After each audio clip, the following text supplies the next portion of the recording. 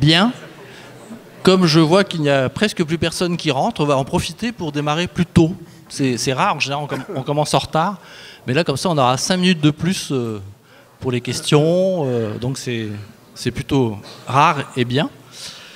Sous ce titre énigmatique, un petit peu énigmatique, du grand enrichissement, pourquoi l'Europe a-t-elle remporté la mise au XIXe siècle? Ce à quoi on va s'intéresser, c'est aux explications nombreuses, diverses et variées, qui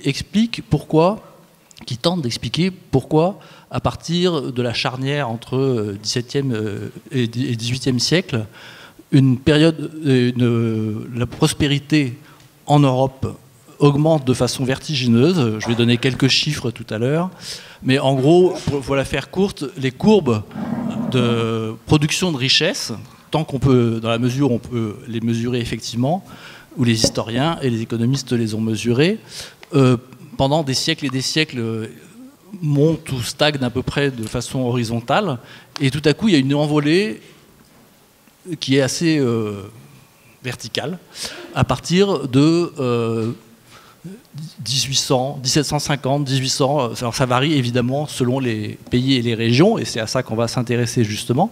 C'est pareil pour la population. Et voilà, donc c'est un phénomène qui a depuis longtemps interrogé bien sûr les historiens et les économistes, auxquels on a donné des tas de noms. Donc le grand enrichissement, c'est un des termes utilisés, la révolution industrielle, la révolution scientifique et technique, et on a tenté de très nombreuses explications pour cela, mais pour résumer un peu ce qui motive le fait qu'on peut s'intéresser de près à ce sujet, c'est une citation que j'utilise souvent de Rutger Bregman, qui est un historien néerlandais qui a publié un bouquin qui est sorti en français il n'y a pas très longtemps. Il est déjà sorti aux Pays-Bas, bien sûr, et puis en Angleterre, et a été un best-seller. Ça s'appelle Utopie réaliste, et ça vient de sortir en septembre en français. Et il y a une phrase dans ce texte qui dit « Pendant à peu près 99% de l'histoire du monde, 99% de l'humanité a été pauvre, affamée, sale, craintive, bête, laide et malade. Tout a changé au cours des 200 dernières années. En une fraction du temps passé par notre espèce sur cette planète, des milliards d'entre nous se sont retrouvés riches, bien nourris, propres, en sécurité et même parfois beaux. » Surtout dans cette salle, bien entendu. Bien sûr.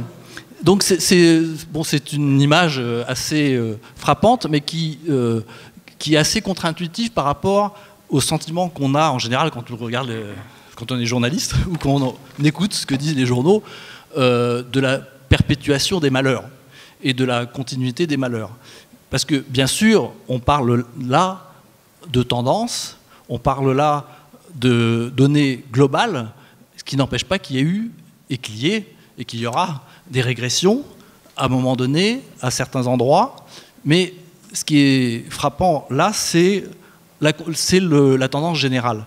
Et donc il y a bien entendu, je ne sais pas si vous connaissez l'économiste anglais Angus Maddison, qui a recherché avec ses équipes, donc il y a ce qu'on appelle le Madison Project qui est sur Internet, donc tout le monde peut aller voir, hein, et a tenté de rassembler le maximum d'informations et de données possibles à travers l'histoire, évidemment, un travail d'historien à travers les textes, mais aussi l'archéologie, mais aussi la climatologie, mais aussi un certain nombre de sciences diverses et variées, pour avoir des données sur la production, tout simplement, sur la richesse.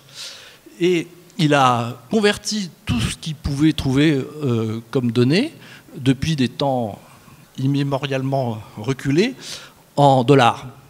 Parce qu'après tout, hein, c'est quand même la monnaie mondiale, n'est-ce pas? En dollars de l'an 2000. Donc il a tenté de convertir toutes les données qu'il avait en dollars de l'an 2000. Donc je vous en donne quelques-uns. La richesse mondiale par habitant, c'est-à-dire la production mondiale par habitant, en 5000 avant Jésus-Christ, oui. Il faut être très prudent. Il a été fou, mais il a ramassé tout ce qu'on pouvait trouver. Voilà. Il les a convertis. C'était 130 dollars. Bon. Voilà.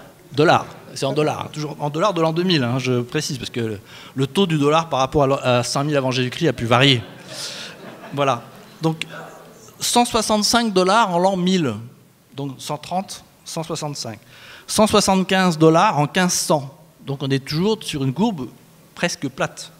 Et puis il y a un bond assez rapide ensuite, de 250 $ en 1800, 850 $ en 1900 et 8000 et des poussières en 2000. Donc voilà, c'est cette idée de grand enrichissement, d'accélération soudaine de la richesse moyenne par habitant globale.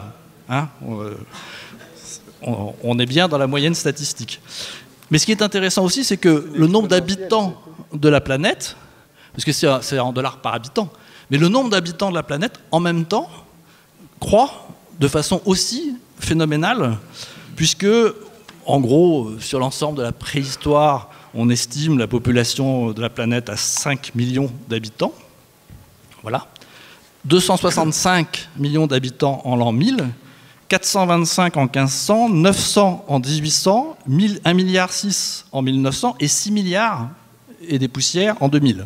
Enfin, des poussières, c'est des poussières en millions. Hein. Bon. Voilà. Donc là aussi, si on raisonne en termes de richesse par habitant, mais comme il y a aussi beaucoup plus d'habitants, c'est que la richesse globale, elle, a cru encore plus. Voilà. Alors ça, c'est la question globale. Mais à l'intérieur donc de ce phénomène, ce qui est intéressant, c'est à quel moment ça se passe dans telle région du monde. Donc toujours dans le Madison Project, il estime qu'aux alentours de l'an 1000, la richesse par habitant est à peu près équivalente dans 5 grandes régions du globe, que sont l'Europe de l'Ouest, l'Asie de l'Est et du Sud, donc c'est Chine, pour le faire rapide, Amérique du Nord et Afrique.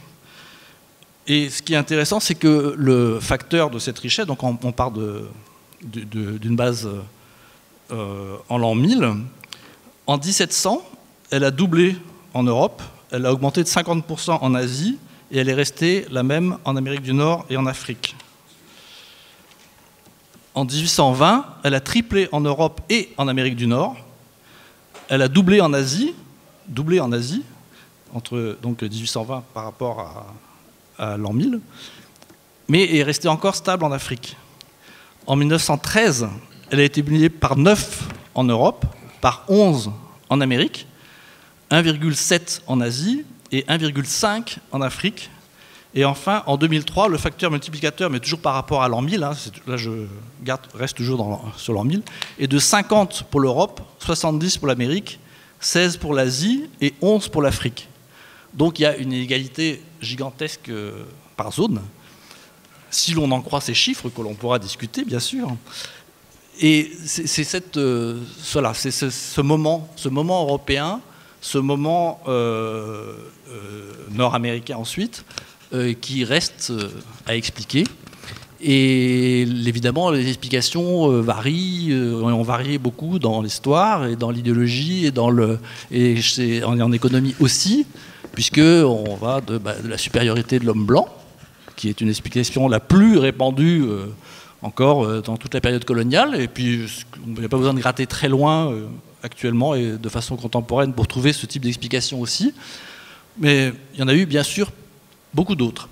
Donc, pour essayer d'expliquer ça en 1h30, voilà, on va essayer, on a réuni à cette table 1, 2, 3, 4, 5 économistes, et que je vais vous présenter rapidement.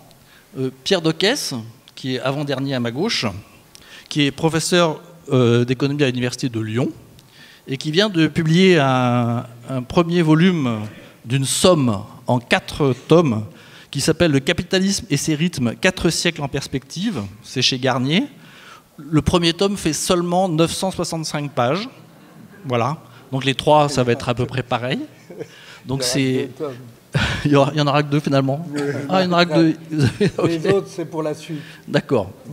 Ok. Donc c'est une somme. C'est une somme à la fois évidemment de données, mais c'est aussi une histoire des idées, c'est-à-dire une histoire d'explication, des explications et des tentatives d'explication autour de ce que c'est, des conceptions de ce qu'est le capitalisme, puisque le sujet est bien sûr celui du capitalisme. Puis Patrick Verlet, à ma droite, qui est professeur d'histoire économique à l'Université de Genève, qui était émérite, c'est comme ça qu'on dit chez nous, spécialiste de la révolution industrielle au XVIIIe et au XIXe siècle, et qui a écrit pas mal d'ouvrages de référence sur le sujet. À ma gauche immédiatement, Claude Diebolt, qui est professeur d'économie à l'université de Strasbourg, qui est spécialiste de la cliométrie, c'est-à-dire de l'usage des statistiques et des mesures en histoire. Et d'ailleurs, vous êtes fondateur et président de la Société de cliométrie. François Facchini, tout à fait au bout à gauche, voilà, qui est professeur d'économie à Paris 1, Panthéon-Sorbonne, et qui est spécialiste de l'économie politique des décisions publiques. Et enfin, tout à fait à droite, Nicolas Baumard, qui est chercheur au département d'études cognitives de l'École normale supérieure, où il fait à la fois de la biologie, de la psychologie, de l'anthropologie pour expliquer l'économie. Il va vous expliquer ça bien mieux que moi tout à l'heure. Et par ailleurs, il a été nominé au prix du meilleur jeune économiste en 2017, qui est décerné chaque année par Le Monde et le Cercle des économistes. Oui, j'ai oublié de vous dire que moi, je suis Antoine Reverchon, je suis journaliste au Monde. Voilà. C'est pour ça que j'en profite pour dire que Nicolas a eu cette distinction. Alors, chaque intervenant va parler pendant 10 minutes seulement. Voilà, va expliquer l'histoire du monde en 10 minutes. Très simple. Après, on essaiera d'avoir une demi-heure. Oui, on aura une demi-heure d'échange avec la salle. Et je vais proposer à Pierre Dockès de commencer. C'est parfait. Pour donner une chronologie et des différentes explications qui, dans la pensée économique, ont tenté d'expliquer ce phénomène. Pierre. Oui, merci beaucoup. C'est impossible, évidemment, en 10 minutes de résumer l'ensemble des doctrines ou des théories qui ont essayé de comprendre le processus d'enrichissement. Une première remarque tout de suite sur notre titre général. Il n'est pas impossible que l'Europe ait déjà emporté la mise un peu plus tôt qu'au XIXe siècle, et peut-être qu'elle avait déjà gagné, même si cela n'apparaît pas toujours dans les statistiques, peut-être avait-elle déjà gagné au XVIIe et au XVIIIe siècle. Si je veux faire un grand panorama, effectivement, de ces doctrines, je vais essayer de définir un certain nombre de moments.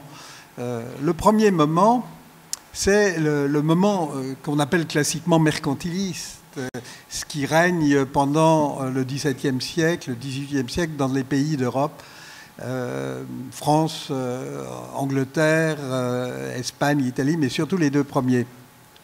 Si je veux résumer en un mot l'idée générale qui est derrière cette pensée mercantiliste, elle a été résumée par des gens comme Montaigne ou Jean Bodin, qui employaient l'expression « il n'est de gain que de perte de l'autre ». Autant dire que nous étions dans une situation de jeu à somme nulle et que par conséquent la pensée fondamentale c'était la prédation, soit par la guerre qui prend une position tout à fait importante, soit par le commerce assimilé à une prédation. Et pour prendre un exemple, quand l'Angleterre ou la France estiment que la Hollande est riche et s'enrichit, il y a une solution, c'est d'envoyer les armées ou les flottes, liquider les armées et les flottes hollandaises. Et on pense que l'ensemble de la navigation possible, c'est quelque chose qu'il faut partager. Si l'un prend un plus gros morceau, l'autre en aura moins. Bon, c'est vraiment une idée tout à fait fondamentale, mais qui a débouché sur l'idée de la nécessité d'avoir un commerce excédentaire, donc une industrie, donc de mettre les gens au travail. Et cela avec des moyens où la présence de l'État, évidemment, était tout à fait centrale. Bien entendu, cet État n'a pas de rapport avec l'État auquel nous pensons aujourd'hui, mais la mise en œuvre de politiques publiques pour obtenir cet enrichissement au détriment des autres est au centre de la pensée mercantiliste. Pour compléter ce point, il faut dire qu'à la fin de la période mercantiliste, ceux-ci vont s'opposer en particulier au physiocrate, qui est une pensée française liée à Quesnay. Et cette pensée pose un problème qui reste essentiel jusqu'à nos jours, c'est de savoir si ces sources d'enrichissement sont liées fondamentalement soit au commerce et au commerce extérieur et à l'industrie ou à l'agriculture. Les uns, comme les physiocrates, pensent que c'est l'agriculture d'abord et fondamentalement, et les mercantilistes pensent que c'est l'industrie et le commerce. Et ce débat, évidemment, a continué longtemps à courir et jusqu'au développement des pays du tiers-monde pour savoir qu'est-ce qui était premier. Bon, ça c'était le premier moment. Le deuxième moment, c'est celui d'Adam Smith. Et il avait été précédé d'ailleurs par son maître et ami David Hume. En un mot, au lieu d'avoir le gain de l'un et perte de l'autre, l'idée fondamentale qui est une rupture incroyable, c'est la pensée qu'on gagne lorsque les autres s'enrichissent. C'est-à-dire qu'on va avoir non plus un jeu à somme nulle, mais un jeu contre la nature. Et ça, c'est une transformation fondamentale. Hume, par exemple, dit « Nous avons intérêt à l'enrichissement de tous nos voisins, même des Français. » Ce qui prouve qu'il avait une vision extrêmement large des choses, même les Français. Et Smith va évidemment se poser de façon centrale la question de l'enrichissement, puisque son ouvrage fondamental, c'est Essai sur la nature et les causes de la richesse des nations. Donc, cette richesse des nations, d'où vient-elle? Eh bien, il a 2 ou 3 idées fondamentales que je ne peux que résumer. La première, c'est l'idée qui reste centrale pour nous du travail productif. Il faut, pour qu'un pays s'enrichisse, qu'il y ait un très grand nombre de travailleurs productifs. Et qu'est-ce qu'un travailleur productif? C'est un travailleur qui produit du capital. C'est-à-dire qui est capable de générer du capital. Mais comment ce travail est-il productif? Eh bien, seulement s'il produit des marchandises qui sont produites en vue du profit. Et ce profit est le surplus qu'il faut accumuler, et c'est donc du capital qui crée du capital. C'est en embauchant des travailleurs par le capital, par du capital, qu'on s'enrichit grâce au profit, à condition que ce profit soit épargné et ensuite investi et accumulé. Point fondamental, évidemment. Et donc, ce travail productif, c'est ça qui va faire l'enrichissement. Donc, l'accent va être mis finalement plusieurs siècles sur cette idée d'accumulation du capital. D'où un taux de rendement du capital dans la production du capital, celui-là même d'ailleurs qui aujourd'hui faiblit de façon tout à fait notoire. Bon, on peut ajouter la deuxième idée d'Adam Smith, qui est elle aussi prodigieuse, c'est l'idée que pour que la productivité soit aussi forte que possible, il faut que la division du travail soit aussi développée que possible. Et pour ça, il faut qu'il y ait un élargissement du marché. Plus le marché est large, plus on peut diviser le travail, et par conséquent, plus la productivité est élevée. C'est une idée tout à fait fondamentale qui va continuer à se développer jusqu'à nous à travers cette pensée très forte des rendements croissants à l'échelle et qui va permettre de comprendre que le commerce, en s'étendant avec le marché, permet ce grand enrichissement dont nous parlons. De là, il en tire la conclusion de la nécessité du libéralisme, en ce sens que le libre-échange va permettre l'élargissement du marché. Et plus ce marché est large, plus il y aura de la division du travail, plus la productivité sera élevée grâce au rendement croissant. Bon, mouvement extrêmement important qui va être suivi par un troisième temps. Ce troisième temps, je vais l'appeler le temps des débats entre Ricardo et Malthus, ou entre Ricardo et Jean-Baptiste Say d'une part, et Malthus et Sismondi d'autre part. L'idée centrale reste l'idée de l'accumulation. C'est en accumulant du capital qu'on s'enrichit. Et pour ça, ça passe toujours par la séquence production de marchandises, production d'un surplus, donc du profit, épargne, investissement, donc création de capital. Mais 2 problèmes se posent. L'un que voit Ricardo très bien et l'autre qu'il ne voit pas très bien. Le premier qu'il voit très bien, c'est l'idée selon laquelle ça ne va pas durer éternellement, ce processus d'accumulation. Essentiellement, pense-t-il, parce qu'il y a des rendements décroissants dans l'agriculture. Après les rendements croissants de Smith, c'est les rendements décroissants de Ricardo. Et on va arriver fatalement à un moment où le taux de profit va se réduire, on aboutira à l'état stationnaire. Donc, enrichissement, mais pour un temps long, certes, mais pour un temps seulement. Et cette idée, on la retrouve aujourd'hui avec l'idée de stagnation séculaire sous une forme certes différente, mais qui a un rapport direct avec la pensée qui était celle de Ricardo. Mais ça, il a vu ce problème. L'autre problème qu'il ne voit pas, mais ça reste toujours en débat aujourd'hui, L'autre problème qu'il ne voit pas, mais que Malthus et Sismondi vont insister beaucoup là-dessus, c'est la question de la demande. Pour que ce processus soit possible, qui fait passer finalement du profit à l'épargne, de l'épargne à l'investissement, il faut qu'il y ait une demande. Il faut qu'il y ait une demande. Et d'où vient cette demande? C'est la grande question qui est posée par Malthus et Sismondi de façon différente. Malthus, lui, il pense que cette demande est en train de disparaître parce que les classes supérieures, l'aristocratie ne dépense plus et que malheureusement la bourgeoisie est épargnante. Et Sismondi, très moderne en cela, pense que le problème, c'est le problème du salariat qui est dans l'incapacité de dépenser autant. Il me faut passer encore un peu plus rapidement, me dit Antoine, sur ces séquences.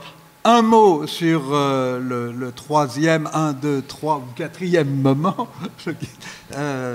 Je ne peux pas laisser passer ce moment, qui est le moment de la critique de l'économie politique de Marx, qui est un moment fondamental dans la mesure où il reprend les positions qui sont celles de Ricardo. Il analyse lui aussi la tendance à la chute du taux de profit, mais de façon très différente. Je ne vais pas intervenir sur ce point, mais quelle est la base de l'enrichissement? La base de l'enrichissement, pour Marx, c'est évidemment le développement des forces productives. Et ce développement des forces productives, pour lui, n'est possible que s'il y a adéquation avec ce qu'il appelle un rapport social de production, disons, par exemple, le salariat. Mais son idée fondamentale est que le capitalisme a été le mode de production le plus efficient possible. C'est-à-dire que dans le manifeste du Parti communiste écrit avec Engels, par exemple, il décrit de façon extraordinaire le développement du capitalisme.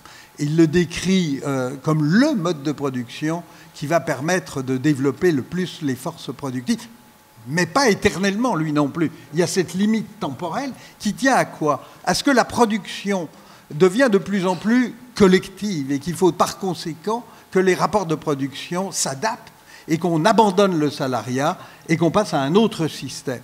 Bon, voilà pour résumer à grands traits, je m'excuse pour Karl Marx, ses idées, dans lesquelles il se reconnaîtrait, peut-être pas. Il me reste 2 temps, mais alors là, je vais être extrêmement rapide. Les 2 temps, en même temps ou à peu près que Marx se développe la grande pensée libérale. La grande pensée libérale qui, pour résumer, met l'accent sur, pour le grand enrichissement, les vertus qui sont la rationalité, l'individualisme et la capacité à épargner. Le tout appuyé sur des institutions fondamentales qui tournent autour du droit de propriété, qui permettent à un individu de réussir à s'approprier les fruits de ses efforts. Et c'est sur cette base fondamentale, individualisme, rationalité, droit de propriété et capacité à l'épargne, d'où le lien avec l'idéologie, et en particulier l'idéologie calviniste. On peut par exemple, penser au grand Max Weber. Dernier moment, peut-être, enfin pour le moment, le dernier moment, je ne peux pas ne pas en parler en 2 mots, mais vraiment 2 mots, c'est évidemment la pensée schumpeterienne. La pensée schumpeterienne qui est la pensée de l'innovation. Le grand enrichissement vient de cette capacité fondamentale qu'est l'innovation liée à des grands entrepreneurs. Et il rejoint, et c'est là-dessus que je vais terminer, par une boucle, il rejoint le premier penseur du progrès, qui est certainement Francis Bacon, qui avait mis l'accent sur les grandes inventions et sur les grands progrès scientifiques et qui avait pensé le progrès comme quelque chose d'indéfini et appuyé sur le progrès scientifique et qui disait finalement ce qui fait notre puissance, c'est 3 inventions fondamentales. C'est la poudre à canon, d'où la relation avec la puissance, la force et l'État, la poudre à canon, le compas, enfin la boussole, d'où la relation avec les grandes découvertes, ces grandes innovations pour Schumpeter, et puis bien sûr l'imprimerie. Donc c'est l'innovation qui, au début et à la fin de cette histoire, apparaissent comme emporter la possibilité du grand enrichissement. J'ai été un peu trop long, excuse-moi. C'est normal. Mais sauf que la boussole, la poudre à canon et l'imprimerie, les Chinois aussi l'avaient inventé. C'est eux qui nous ramènent à la question de pourquoi chez nous, pourquoi en Europe. Voilà. Ensuite, Patrick Verlet, justement, on va s'intéresser peut-être aux questions éventuelles. On va partir en tout cas des questions plus matérielles, puisqu'on a parlé là des idées, des interprétations. Et ce qui est intéressant, c'est que vous parlez d'interprétation de ce qu'il faudrait faire pour que ça marche, alors qu'en fait, c'est en train de se faire au moment où ces penseurs s'intéressent à la question. Donc, c'est cette... on peut même penser méchamment... Il y a un problème de poulet d'œuf, là. Enfin bon, on va y revenir, justement. On peut même penser méchamment que les économistes sont chaque fois un coup en retard par rapport à l'évolution réelle du monde. Voilà. Donc là, on va peut-être s'intéresser, puisque vous avez travaillé beaucoup sur la révolution industrielle. La révolution industrielle, c'est vraiment le mot qu'il y a dans tous les manuels scolaires. Tout le monde connaît la révolution industrielle. On explique en général le sujet qui nous occupe depuis le début à travers ce thème-là de façon basique. Patrick Verlet, oui, sur cette notion de... Vous prenez le micro là, voilà. Comme ça, je garde le bien, comme ça, je peux leur couper la parole. Normalement, ça viendra tout seul. Voilà, quand j'aurai fini. Voilà, donc la révolution industrielle, cette notion mérite d'être interrogée. Eh bien, merci beaucoup. Je vais non pas évoquer des théories que mon ami Docquès a magnifiquement expliquées, mais parler plutôt du travail quotidien et beaucoup plus modeste de l'historien, c'est-à-dire à partir de la réalité, quelle lecture en ont-ils donné ? Donné de quoi ? De ce que l'on a appelé au XIXe siècle la révolution industrielle en Angleterre, expression d'ailleurs qui vient d'un contexte très précis. On l'a baptisée au début du XIXe siècle en opposition à la révolution politique française. Les Français ont fait la révolution politique, nous on a fait la révolution industrielle. Voilà pour comment comprendre le terme. Eh bien, dès la fin du XIXe siècle, il y a deux grandes lectures dominantes qui sont à partir des facteurs de l'offre. Une lecture technologique, voire aussi scientifique derrière la technologie, qui serait des nouvelles inventions, bon, dans un contexte de rationalisation de sciences, etc., etc. Et puis, tout en découlerait, ça aurait des conséquences sur le social, sur l'organisation du travail, etc., etc. Et puis, ça peut être aussi en termes de accumulation du capital, et là, c'est Marx, évidemment.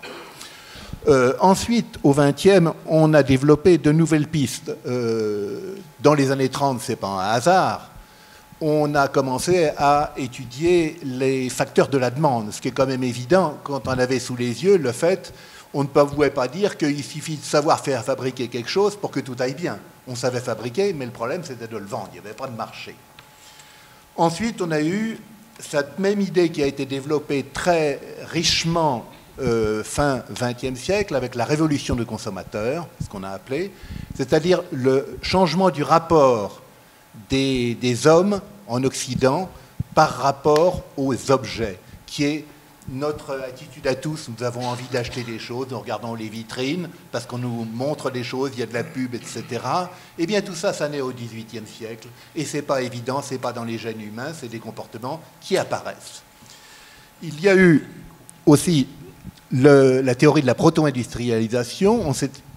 On s'est interrogé sur la croissance du XVIIIe siècle, fondée sur une organisation du travail dispersée. Et Marx avait déjà posé la question dans son livre 4, d'ailleurs. Est-ce que c'est de cela d'où vient l'industrie moderne, ou est-ce que c'est des fabriques concentrées? Et puis, il y a peu, on a absolument voulu faire la comparaison avec la Chine, qui aurait été, mais je n'y crois pas, au niveau de développement de l'Europe au XVIIIe siècle. Et puis ensuite, il y aurait eu la grande divergence, comme on dit. Il y aurait eu cet énorme décalage. Bon. Eh bien, première conclusion en quelques mots. S'il n'y a aucune explication monocausale qui tient, on a fait la critique dès le début de chacune de ces explications. Il n'y a rien qui peut être à l'origine, parce que comment l'expliquer? Eh bien, pour l'expliquer, il faut recourir à tous les autres facteurs. Donc, c'est le problème de l'œuf et de la poule, ça ne marche pas. Alors, que tirer de tout ça? une constatation et 4 remarques, pour tenir dans le cadre des 10 minutes. Constatation. S'il y avait une explication simple, ça se saurait depuis longtemps, et tout le monde serait d'accord.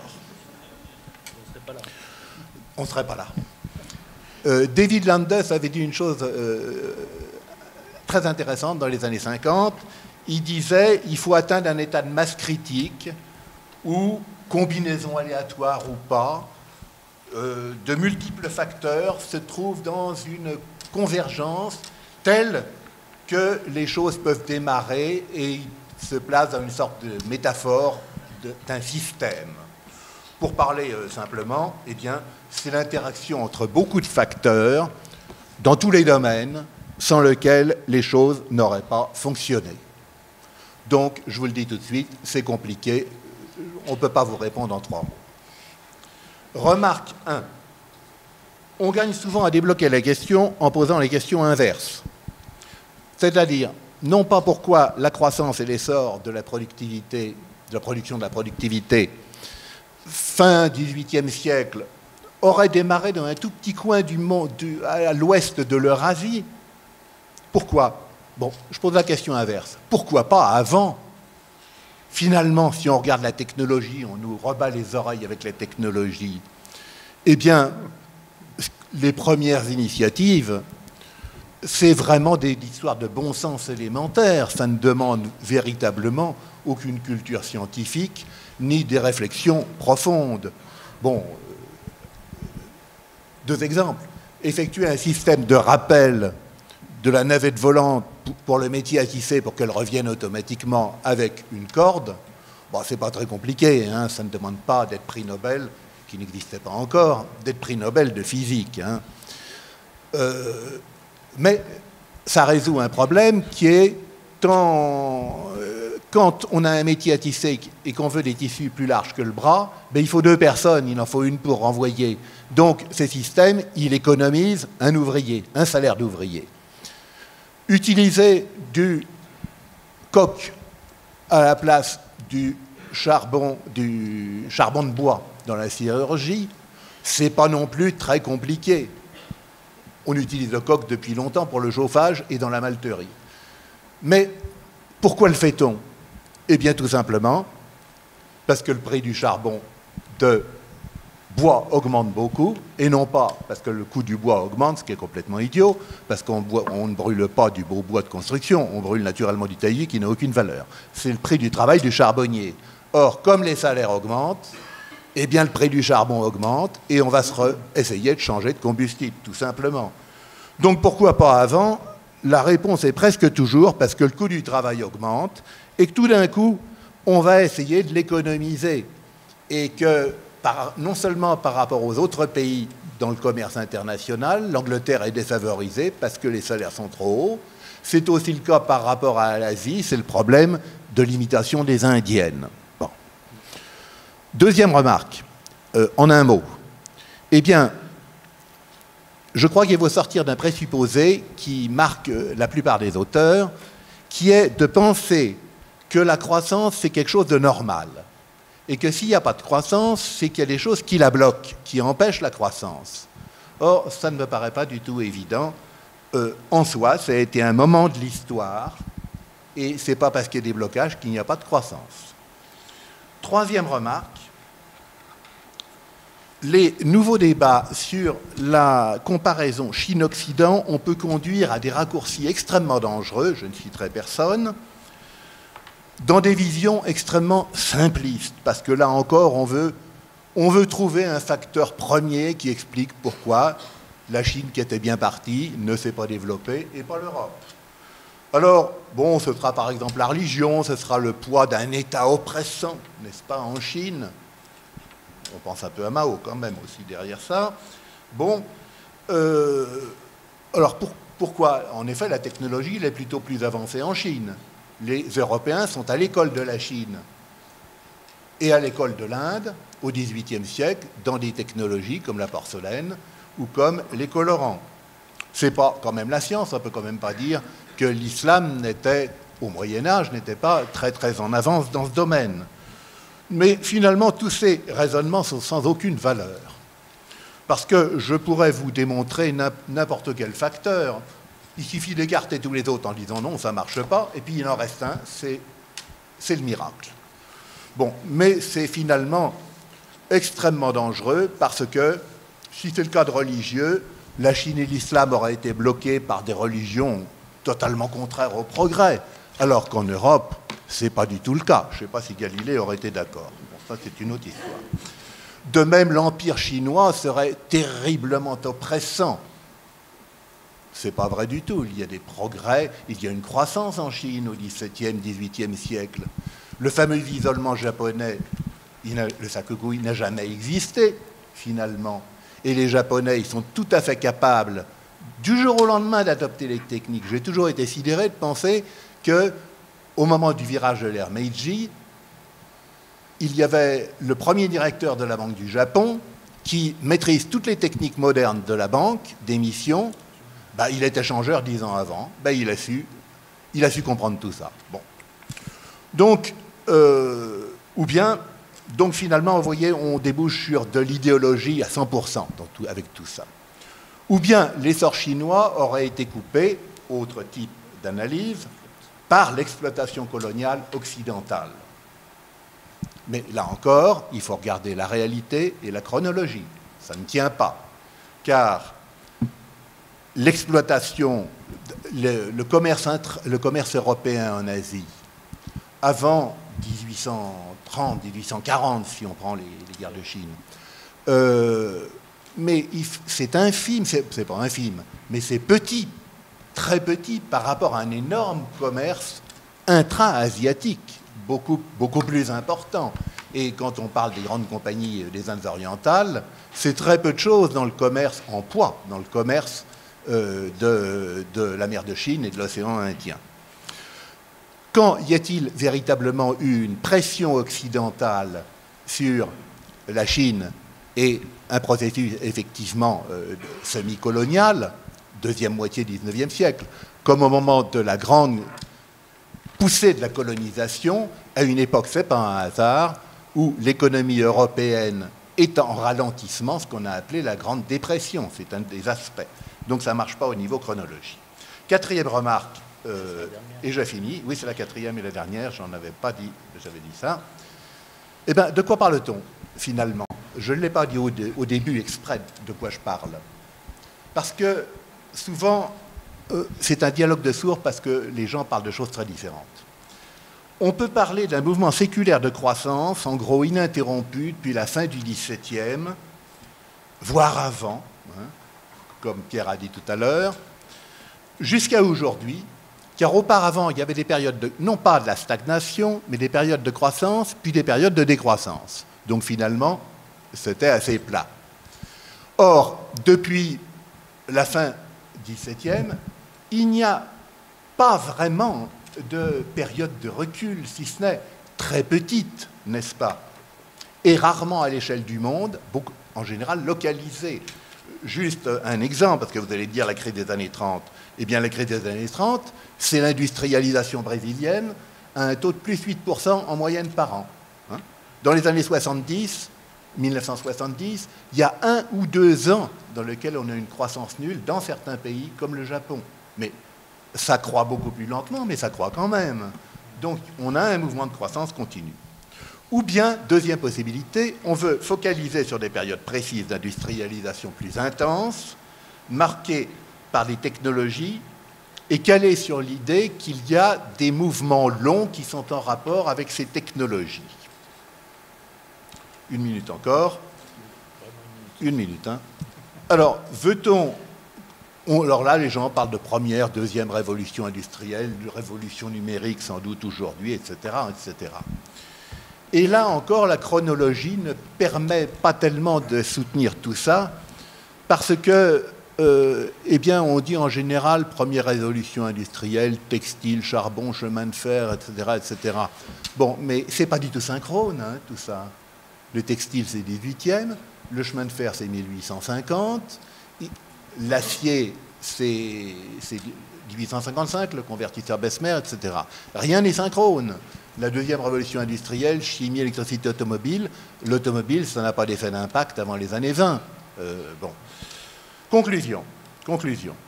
Eh bien, toutes les explications simples arrivent à des schémas simplistes, contraires à la réalité ou idéologiques. Eh bien, je crois que c'est parce que l'histoire n'est pas une science nomographique, c'est-à-dire, elle ne cherche pas à trouver l'élément commun dans tous les cas. Parce que si on le cherche, eh bien, on dit des choses élémentaires, simplistes ou élémentaires ou évidentes. Bon. En revanche, c'est très pauvre. En revanche, l'histoire est beaucoup plus idiographique, elle cherche à comprendre les cas individuels. Et donc, ce qui nous intéresse, et ce qui est le plus riche finalement, qui apporte de la matière à réflexion, c'est de comprendre les différences entre les pays, mais aujourd'hui on est moins dans le national que dans le transnational, entre les époques, n'est-ce pas? Et finalement, eh bien, un mot pour terminer, rationalisons la différence. Merci. En fait, plus on avance, moins on arrive à répondre à la question initiale. Mais c'est pas grave, parce que justement, c'est ça qui montre la complexité de la chose. Et effectivement, le dégagement sur ce que c'est que l'histoire par rapport, ce que fait l'histoire, ce que fait l'historien par rapport à ce sujet-là, c'est ça, c'est ajouter des morceaux d'explication sur des moments différents et sur des phénomènes différents. Mais on va peut-être essayer quand même petit à petit de s'approcher d'une tentative de pourquoi, peut-être, Claude Diebolt. Merci beaucoup pour le pourquoi et bonsoir à tous. Donc, le grand enrichissement, de manière très synthétique, je dirais que nous, de manière complémentaire aux deux interventions précédentes, je dirais que nous savons à peu près ce qui s'est passé, comment ça s'est passé et où ça s'est passé. Et là réside le cœur de mon intervention cette fois-ci, c'est de savoir pourquoi cela s'est passé et pourquoi notamment cela s'est passé en Europe, avec un certain nombre d'hypothèses que je vais soumettre à votre jugement, à la discussion dans le cadre de cette table ronde, sur le rôle peut-être majeur qu'ont pu jouer les institutions européennes, et les institutions européennes fortement liées ou corrélées à une notion de culture. Vous me direz culture, à la Paul Valéry, peut-être un concept qui chante bien plus qu'il ne parle. Je vais tenter de le définir et de vous faire peut-être accepter ou réfuter l'hypothèse que ces aspects culturels, de valeur, d'attitude, d'aptitude et de vision par rapport à un monde qui change a pu être une des clés qui aura permis peut-être à l'Europe, contrairement à la Chine, aussi discutable que soient les confrontations et les comparaisons faites entre les deux cultures ou les deux nations, ait pu être un élément déclencheur de ce grand enrichissement qui a conduit par la suite à des sociétés, comme vous le savez, très développées, avec un problème majeur aujourd'hui qui est celui de l'inégalité croissante au niveau mondial. Avant d'en arriver à mon interprétation, je souhaitais quand même faire un effort pédagogique et de revenir pour vous montrer en quoi ce grand enrichissement est véritablement une rupture majeure dans l'histoire, que je crois, de l'homme ou de l'humanité. Alors, en moins de 10 minutes, je commence par « Il était une fois l'homme ». Alors, je vais essayer de le faire synthétique pour vous faire comprendre. Imaginez que l'homme arrive sur Terre à minuit et que 24 heures se soient écoulées jusqu'à aujourd'hui. Ça, c'est le principe de base. Au début, à 0 heure, il évolue dans un monde de prédation, des ressources naturelles, des ressources disponibles qu'il maîtrise à peine. Je l'ai synthétisé ici par rapport à une représentation que je n'ai malheureusement pas le temps de développer. Peu avant 22 heures, on passe déjà de minuit à 22 heures, 0 heure, la domestication du feu est enfin réalisée et cela marque sans doute une rupture majeure, notamment au niveau de la préhistoire. La révolution néolithique, comme vous le savez, ère malthusienne, développement de l'agriculture, encore un bond en avant. Nous sommes déjà, par rapport à notre histoire de l'humanité, à 23h56, où on lance la transition vers une société agricole et sédentaire. Puis, ce qui a été abordé à l'instant, la révolution industrielle, le régime post-malthusien et le régime de croissance moderne qui est souvent utilisé également pour qualifier notamment ce grand enrichissement au niveau des sociétés. Tout s'accélère Il est 23h59 dans notre histoire de l'humanité, qui court toujours, finalement, mais qui n'arrive et qui cherche son explication par rapport à une mutation d'une société agricole et artisanale, cette fois-ci vers une société bien plus commerciale et industrielle.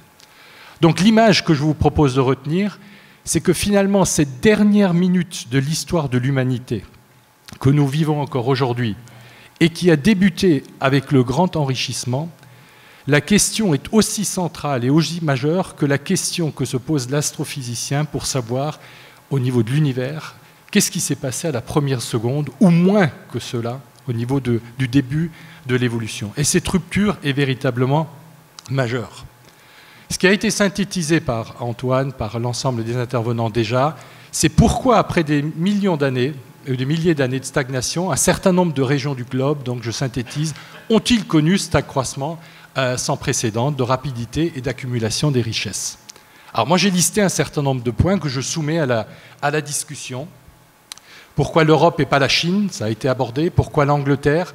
Est-ce qu'on ne pourrait pas imaginer, hypothèse complètement folle, que ce soit une sorte de marche aléatoire et que ce soit le hasard qui ait déterminé l'ensemble de ces évolutions?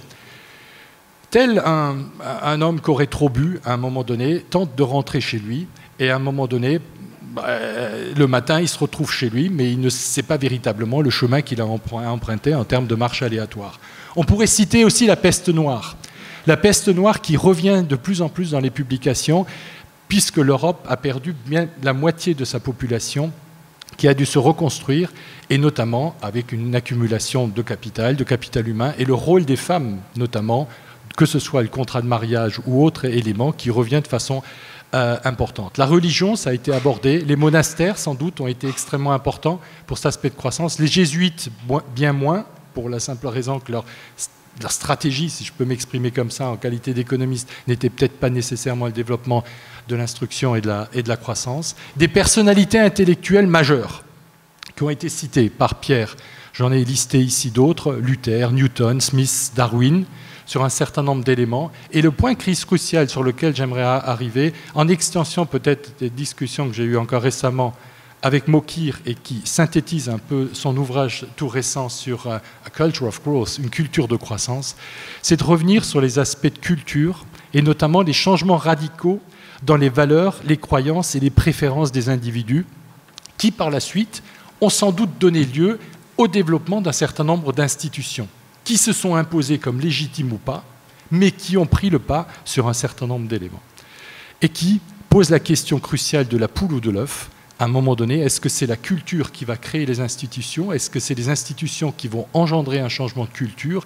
Et par rapport à cette évolution même des processus, est-ce que tous ces phénomènes, même institutionnels ou autres, sont exemptés ou ex post d'une croissance économique, de l'innovation qui existerait déjà d'une certaine manière et qui ne viennent qu'entériner un certain nombre de savoirs? Donc les autres points, je vais aller vite là-dessus, qui ont été abordés aussi dans la première et la seconde intervention. La saturation des ressources naturelles, ça c'est un point qui n'a pas été abordé, mais qui pourrait aussi être un point lié à l'enrichissement, l'innovation technologique, l'accumulation de capital, les réseaux commerciaux, les idées, la violence.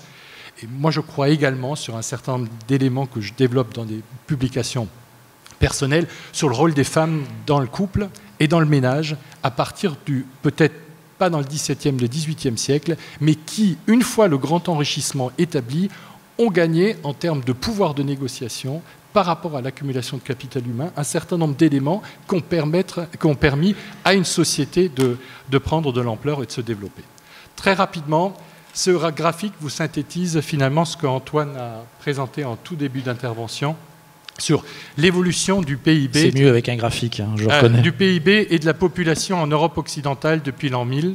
Et vous voyez très rapidement au niveau de la croissance, à un moment donné, les barres en bleu par rapport à la population, donc une croissance qui est quasiment exponentielle, et une population quand même qui va, au milieu du 19e siècle, je ne peux pas le développer, mais au niveau français, rentrer dans ce qu'on appelle la transition démographique, avec une chute également démographique, et qui revient sur l'aspect qualité-quantité d'enfants, qui aura un impact également sur la croissance, et notamment la manière dont on considère la croissance dans le couple. Donc, les institutions, pour finir là-dessus et respecter mon temps de parole initial, Donc, est-ce que le cadre institutionnel et les organisations qui en découlent jouent un rôle essentiel dans ce processus-là? Sont-elles au début ou à la fin d'un processus? Peut-être qu'en la discussion, je pourrais venir sur des cas très concrets, sur les rôles des institutions. Souvent, vous avez tous entendu parler des lois Ferry sur la scolarisation en France, qui a eu un impact extrêmement important.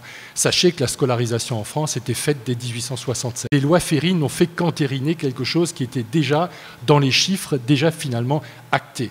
Je pourrais développer des illustrations similaires sur Bismarck, le système de santé, qui est montré comme une avancée fondamentale dans le système allemand, comparé au système français qui a été considéré comme un échec 30 ans après. Le système français était finalement beaucoup plus efficace. Tout repose finalement sur les différents indicateurs qu'on utilise pour faire cette évaluation. Donc, ces institutions, si elles sont représentatives de quelque chose de très important, une fois soutenues par l'intervention de l'État, finalement, elles vont se cristalliser et elles permettront notamment d'établir un certain nombre de relations contractuelles, de manière juridique ou autre, qui permettent à l'échange, donc au commerce et à la croissance, véritablement de s'imposer et de se développer. Donc ces institutions, ça a été aussi abordé par la division du travail, l'organisation du commerce par Pierre. Et donc, un des éléments que je soumets à la discussion très important, c'est le rôle des systèmes éducatifs qui auront joué notamment, pas au début, parce qu'on n'avait pas nécessairement besoin de ce système éducatif, mais de plus en plus de concurrence, d'innovation, de recherche de productivité et d'esprit d'entreprise. Et je reviens encore une fois sur ces aspects de valeurs qui ont été transmises, qui sont peut-être propres à notre civilisation, je ne veux pas dire judéo-chrétienne, mais un certain nombre d'éléments extrêmement importants qui ont conduit par la suite un développement du savoir très théorique, très élitiste, porté par une élite, vers un savoir beaucoup plus utile et beaucoup plus orienté vers les masses.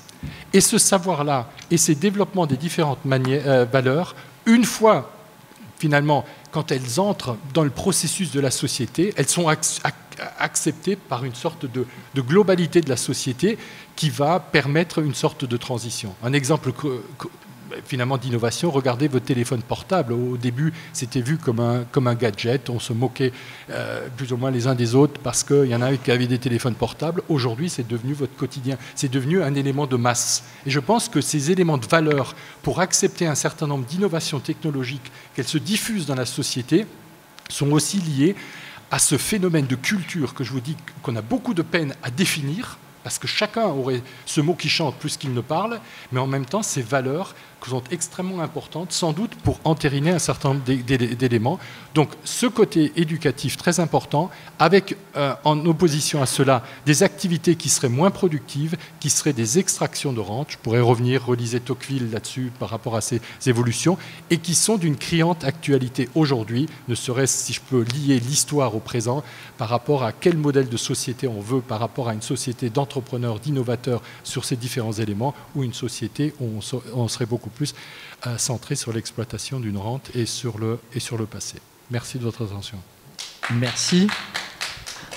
François Facchini, justement, sur un certain nombre d'auteurs américains en particulier expliquent que c'est l'idée de la liberté et de la possibilité de faire contre les institutions, contre la tradition, contre la routine, qui a permis qu'en Europe, une fois de plus, au tournant du XVIIe, XVIIIe, je ne vais pas la refaire, voilà, il s'est passé ce qui s'est passé.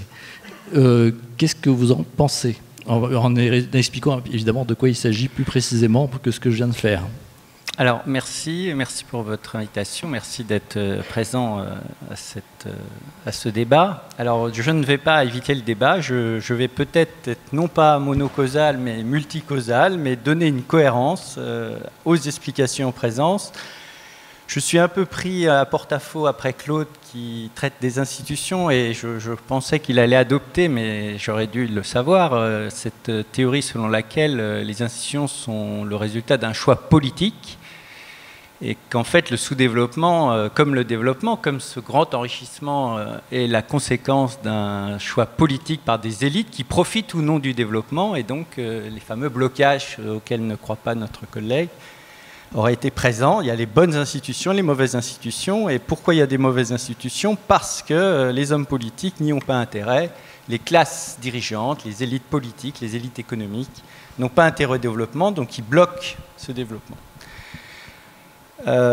Et l'hypothèse alternative a été un peu développée tout à l'heure, c'est l'hypothèse culturelle. Alors la culture, c'est un ensemble de valeurs et de croyances qui se transmettent de génération en génération. Et je dirais que cette culture, elle est justifiée par une idéologie. L'idéologie étant ici, et vous allez comprendre finalement le raisonnement, étant un système de justification de nos croyances et de nos valeurs, système de justification dont nous héritons, mais sur lequel nous pouvons dévier. C'est-à-dire on peut justifier l'expropriation, le butin, comme on peut le condamner moralement. On peut justifier l'usure, comme on peut condamner l'usure. Et c'est ça, c'est cette rhétorique-là, c'est cette défense de ce que le professeur Decazes finalement a appelé son second moment, hein, le moment Smith, le moment que j'appellerais Turgot, en fait. Turgot-Smith, c'est, qui est le moment où on comprend que l'échange, que ce soit vrai ou que ce ne soit pas vrai, c'est notre représentation du monde, et elle se diffuse et elle est partagée. Que ce moment, c'est le moment où l'échange est source de spécialisation, de productivité et de croissance, que cette croissance est durable.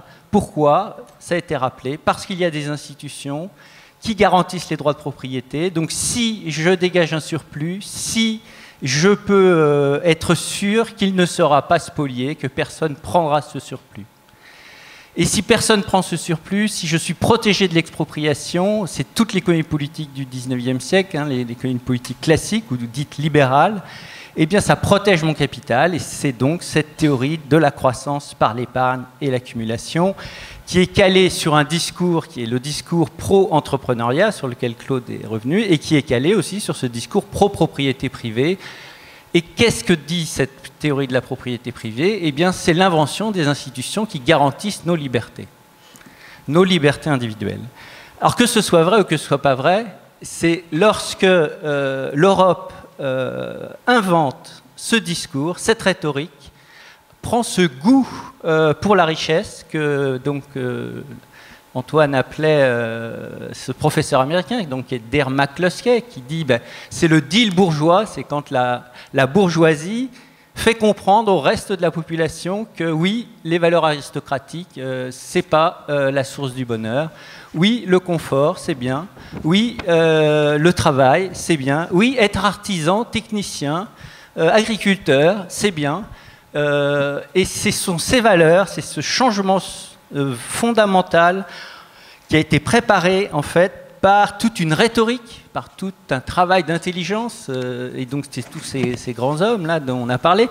Mais chez McCluskey, c'est intéressant, c'est pas les grands hommes, c'est le peuple, c'est cette diffusion des idées, des valeurs bourgeoises dans la société, qui vont justifier la rhétorique, donc va justifier un système institutionnel. Quel système institutionnel? Le système institutionnel des droits de propriété. Et donc d'une société entrepreneuriale qui n'a pas peur de l'innovation, qui n'a pas peur de la prise de risque, qui n'a pas peur de la nouveauté. Évidemment, ce n'est pas Mokir que je mettrais derrière ça, c'est François Peyroux dans les années 50-60. Il y a toute une école sur les mentalités. Le sous-développement, c'est une question de mentalité. Turgeon, avec sa théorie idéaliste de l'histoire, alors peut-être qu'on reviendra sur ce débat, et Williamson North, évidemment, qui disent la condition du choix des bonnes institutions, c'est la culture, au sens où on vient de l'entendre, avec tout ce système rhétorique qui justifie ces institutions, que North appelle les institutions formelles, les institutions informelles étant cette culture qui se diffuse ou non dans le corps social. Ça veut dire qu'un État qui voudrait décréter le développement, il ne pourrait pas parce qu'il serait bloqué par une barrière culturelle, c'est-à-dire par les mentalités. Est-ce que vous pensez qu'il est bien ou non de prendre la production de l'autre?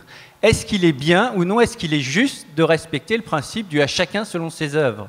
Si on a un autre principe de justice qui se diffuse dans la société, alors il devient possible d'exproprier, et l'expropriation n'est pas jugée illégitime, elle est jugée légitime. Et donc on peut comprendre aussi l'évolution institutionnelle, l'évolution des choix politiques, et surtout dans les modèles démocratiques, où même s'il y a énormément de défaillances entre la souveraineté des l'électeur et les décisions des gouvernements, eh bien, ce système-là qui invente le développement et qui provoque le grand enrichissement peut reculer. Et donc, le grand enrichissement peut devenir un grand appauvrissement lorsque notre conception du monde, à tort ou à raison d'ailleurs, change. C'est-à-dire lorsque nous n'avons plus les mêmes croyances et les mêmes valeurs. Et je voudrais terminer sur ce point empirique. D'une part, Angus Maddison, pour le cas français, si on regarde attentivement les courbes, le début du grand enrichissement, ce serait pour moi 1832. Que voit-on aujourd'hui lorsqu'on fait un tableau simple avec ce que les économistes appellent la macroéconomie institutionnelle, donc on mesure la qualité des institutions politiques, par exemple, est-ce que ce sont des démocraties, est-ce qu'il y a le libéralisme politique ou des dictatures, est-ce que les droits de propriété sont respectés? Eh bien, tous les grands pays riches, donc PIB par habitant, sont des pays qui ont des institutions dites libérales, libéralisme politique d'un côté, libéralisme économique de l'autre. Ce qui ne veut pas dire, et Acemoglu le dit très bien dans un de ses chapitres, qu'il n'y a pas de la croissance extractive, c'est-à-dire qu'on ne peut pas croître en dehors de ce modèle. Mais est-ce que l'on peut croître durablement, comme cela a été le cas en Europe, pour un certain nombre d'économistes dont je fais partie, et peut-être ce ne sera pas le cas de tout le monde ici, je pense que la croissance extractive n'est pas durable. Qu'est-ce que la croissance extractive? C'est une croissance qui est construite non pas sur ces fameuses institutions, non pas sur cette rhétorique de la liberté, mais qui sont construites sur les ressources naturelles. Donc là, vous êtes totalement dépendant en fait, de l'évolution des prix des matières premières, qui est construite sur la prédation. Donc on a dit la guerre, des choses comme ça.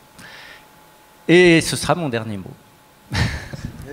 Et ça permettra ensuite de démarrer sur le débat, mais pas tout de suite, d'abord Nicolas, mais parce que la question de l'accumulation par la prédation par les Européens, elle est néanmoins très présente dans l'histoire, dans l'historiographie.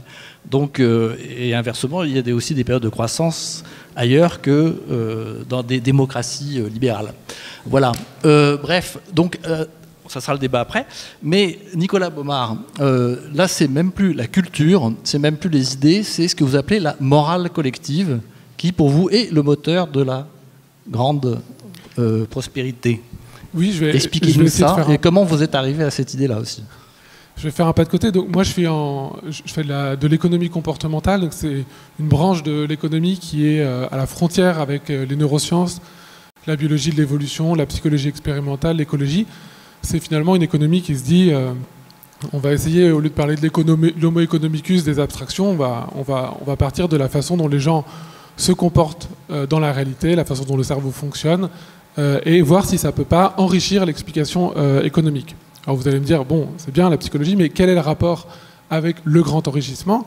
Je suis content, en étant le dernier à parler, de voir qu'on a déjà vu en fait émerger plus ou moins la psychologie et les neurosciences, avec c'est le mot de mentalité qui a été prononcé plusieurs fois, le mot de culture, le mot de croyance, etc.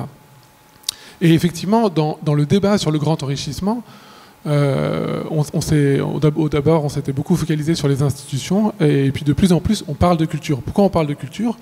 Je pense, Patrick Verlet l'a dit par exemple, il y a énormément d'inventions du XVIIIe siècle, du secteur du textile, qui sont extrêmement simples. C'est-à-dire que n'importe qui pouvait les faire. Et pourtant, pendant toute l'histoire de l'humanité, les gens ne les ont pas fait avant.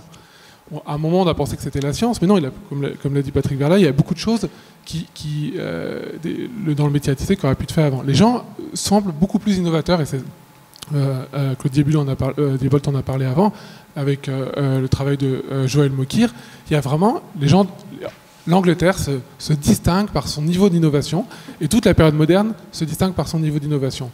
Et on revient finalement, j'essaie de citer tout le monde avec Pierre Decaisse qui a parlé de Francis Bacon. En fait, beaucoup de gens se disent, finalement, ce qui distingue l'Europe, c'est cette propension à innover, cet optimisme technologique, etc. Mais là, une fois qu'on dit il y a un changement culturel, il y a une nouvelle culture de l'innovation, en fait, on n'a rien expliqué. pourquoi il y a une culture de l'innovation, et pourquoi les Romains n'avaient pas une culture de l'innovation, et pourquoi les Chinois n'avaient pas une culture de l'innovation. Et si on dit, voilà, c'est parce qu'on est Européens, mais alors pourquoi les Européens du Moyen-Âge n'avaient pas cette culture de l'innovation? Et voilà, et c'est pour ça qu'on peut se tourner vers la psychologie. C'est-à-dire que si la culture elle a changé, c'est parce que la psychologie des gens a changé, le cerveau des gens a changé.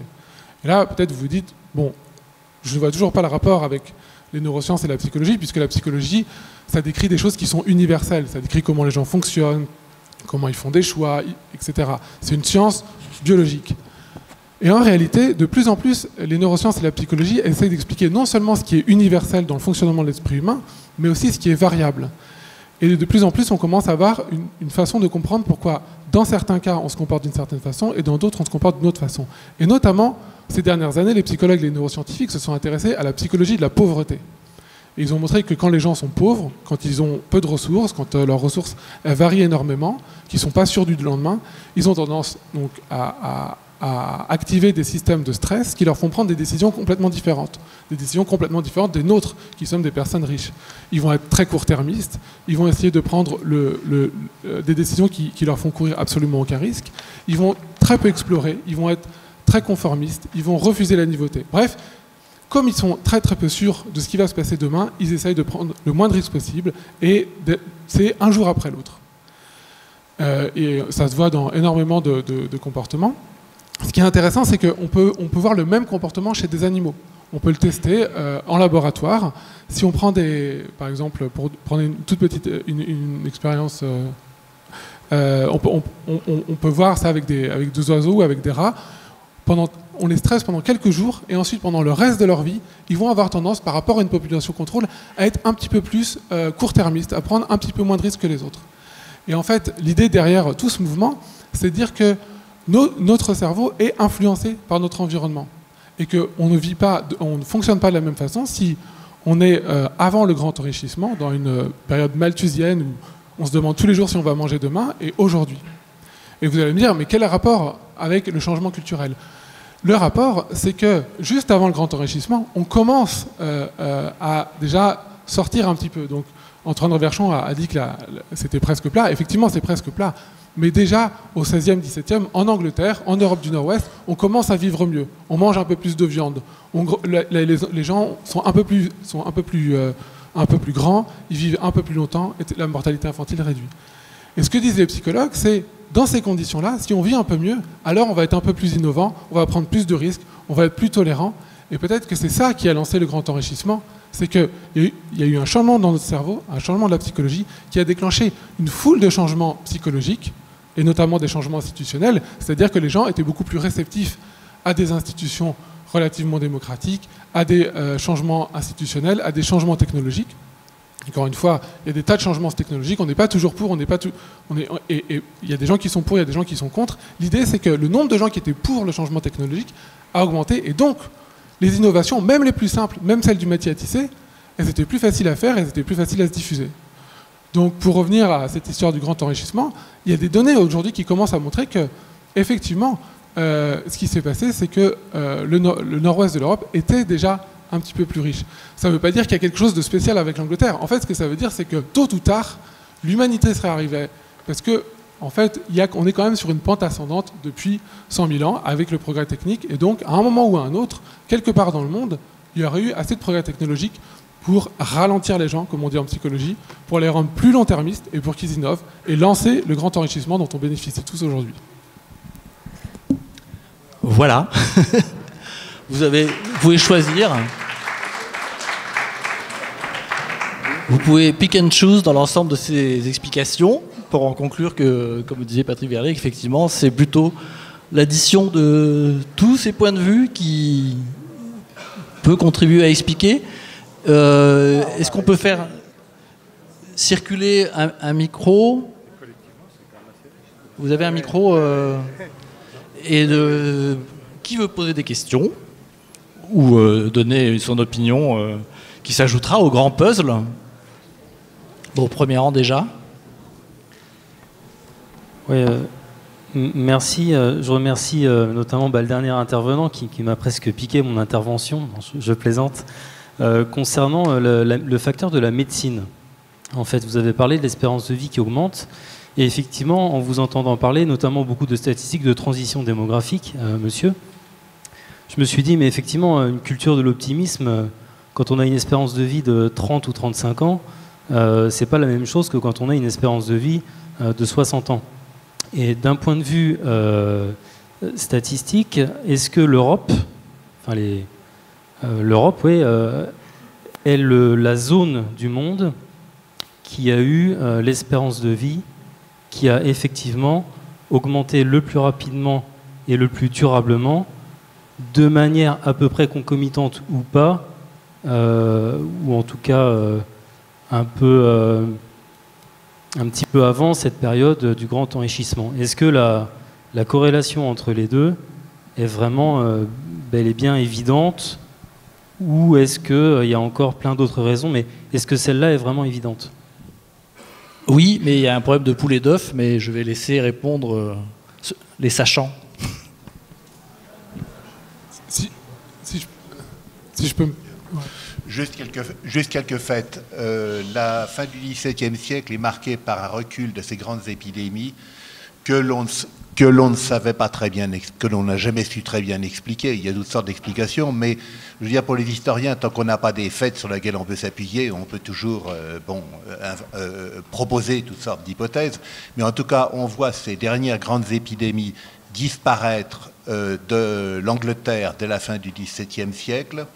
À Marseille, la dernière grande épidémie est 1740, et ensuite on les voit qui existent simplement postérieurement dans les ports italiens, parce que évidemment ces ports sont en relation avec le Levant, mais sans cela on n'a plus de très grandes épidémies. Certes, vous me direz, il y a eu le choléra de Paris en 1834, mais c'est quand même relativement ponctuel, alors qu'auparavant ces grandes épidémies diminuaient régulièrement la population, mais elles n'étaient pas simplement le fait de l'absence de médecine ou du hasard, elles étaient quand même très liées à un cycle répétitif que l'on trouve pendant tout l'Ancien Régime, qui est la relation avec la guerre, l'épidémie, la mauvaise récolte.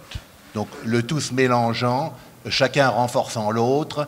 La guerre à cette époque-là tue pas beaucoup de soldats, mais elle tue les civils, et surtout elle dévaste les récoltes, et elle transporte, ce sont l'armée avec tous ses mercourages, etc., qui suivent, c'est des vecteurs de transport des épidémies. Voilà.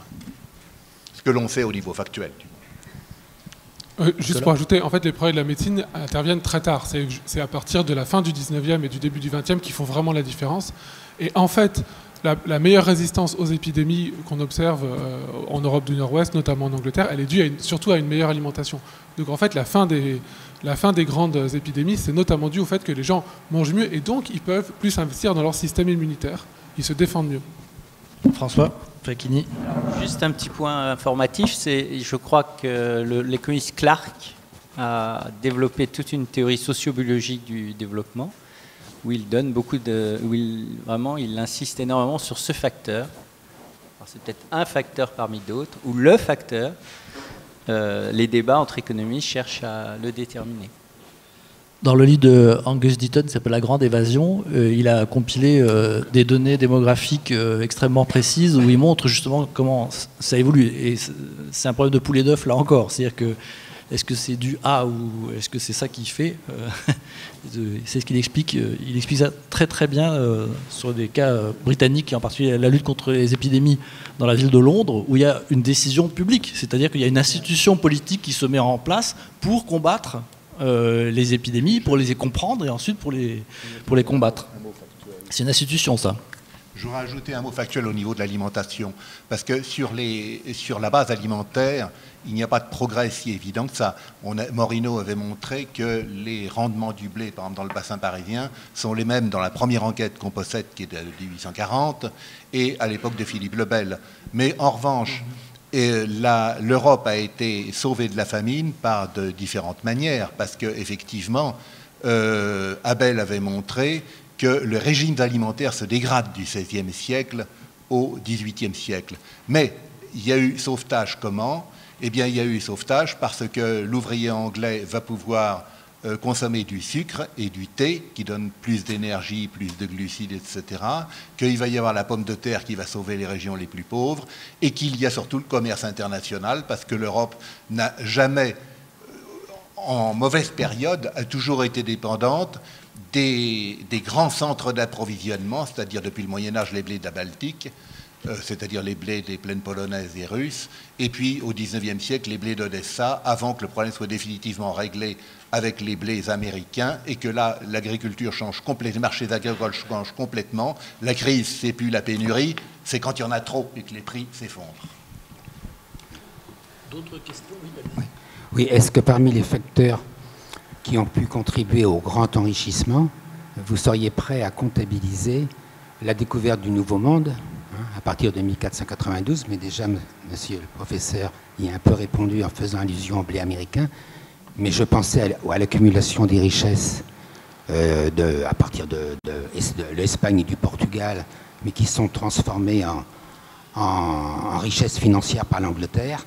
Et puis je pense aux 3 siècles de commerce triangulaire qui ont permis une accumulation de richesses énorme. Il faut quand même poser la question effectivement de la colonisation et de la prédation coloniale, parce que quand on parle de culture, de liberté, etc., bon voilà, il y a quand même et puis la domination technique par la guerre. Qui veut répondre sur ces... Oui, peut-être un mot, ce que vous synthétisez de façon remarquable, c'est que finalement tout ce processus-là est un processus évolutionniste. Si vous voulez, c'est à un moment donné, il y a bien, que ce soit la découverte du Nouveau Monde, c'est le grand enrichissement, c'est finalement la résultante à un moment donné d'une transformation majeure, mais qui est le fruit d'un processus qui est bien plus ancien. Et j'allais dire comme pour un fruit, le fruit était pourri de l'intérieur, mais vous le découvrez bien plus tard, à un moment donné, quand vous commencez à manger la pomme. Et donc, dans cette évolution-là, ce processus-là, pour aboutir finalement à ce qui s'est passé au XVIIIe, c'est que sans doute, c'est dès le XVe siècle, c'est des mécanismes, c'est différents éléments économiques, sociaux, d'exploitation politique, tout ce que j'ai essayé de lister, sur tous ces éléments-là, qui à un moment donné convergent sur un processus qui, c'est là qu'est pour moi le nœud gordien intranché, c'est de savoir à un moment donné, qu'est-ce qui a à un moment donné entraîné cette rupture fondamentale qui a permis à ces sociétés d'arriver à des niveaux de revenus. On peut discuter des données de Madison sur le très long terme, mais à une explosion de ces niveaux de revenus, parce que vous avez finalement la courbe, elle est vraiment comme ça au niveau de l'exploitation. C'est les meilleures données qu'on a. Pourquoi on est rentré là-dedans? Et c'est véritablement un processus d'accumulation de tous ces facteurs-là, mais qui, si vous me demandiez à un moment donné, là où j'ai tendance à adhérer le plus fermement, c'est de dire que derrière, il y a sans doute aussi ces éléments de valeur, de culture, ou des choses qui ont été acceptées, transmises ou créées par un certain nombre de héros, je vais les citer comme ça entre guillemets, mais qui ont été acceptés par les masses. Héros, et il y a des processus AUT. Hein. Oui.